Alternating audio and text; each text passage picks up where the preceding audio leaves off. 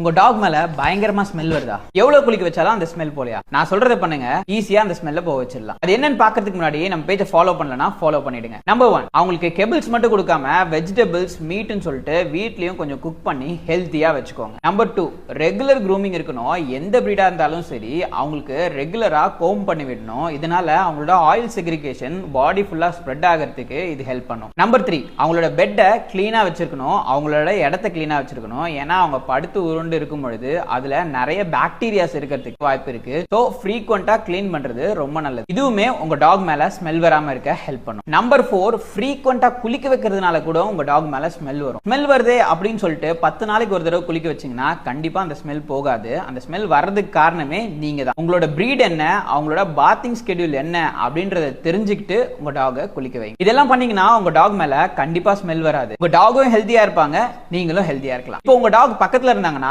அவங்களை ஸ்மெல் பண்ணிட்டு அவங்க மேல ஸ்மெல் வருதா இல்லையா அப்படின்றத கமெண்ட் பாக்ஸ்ல கமெண்ட் பண்ணுங்க.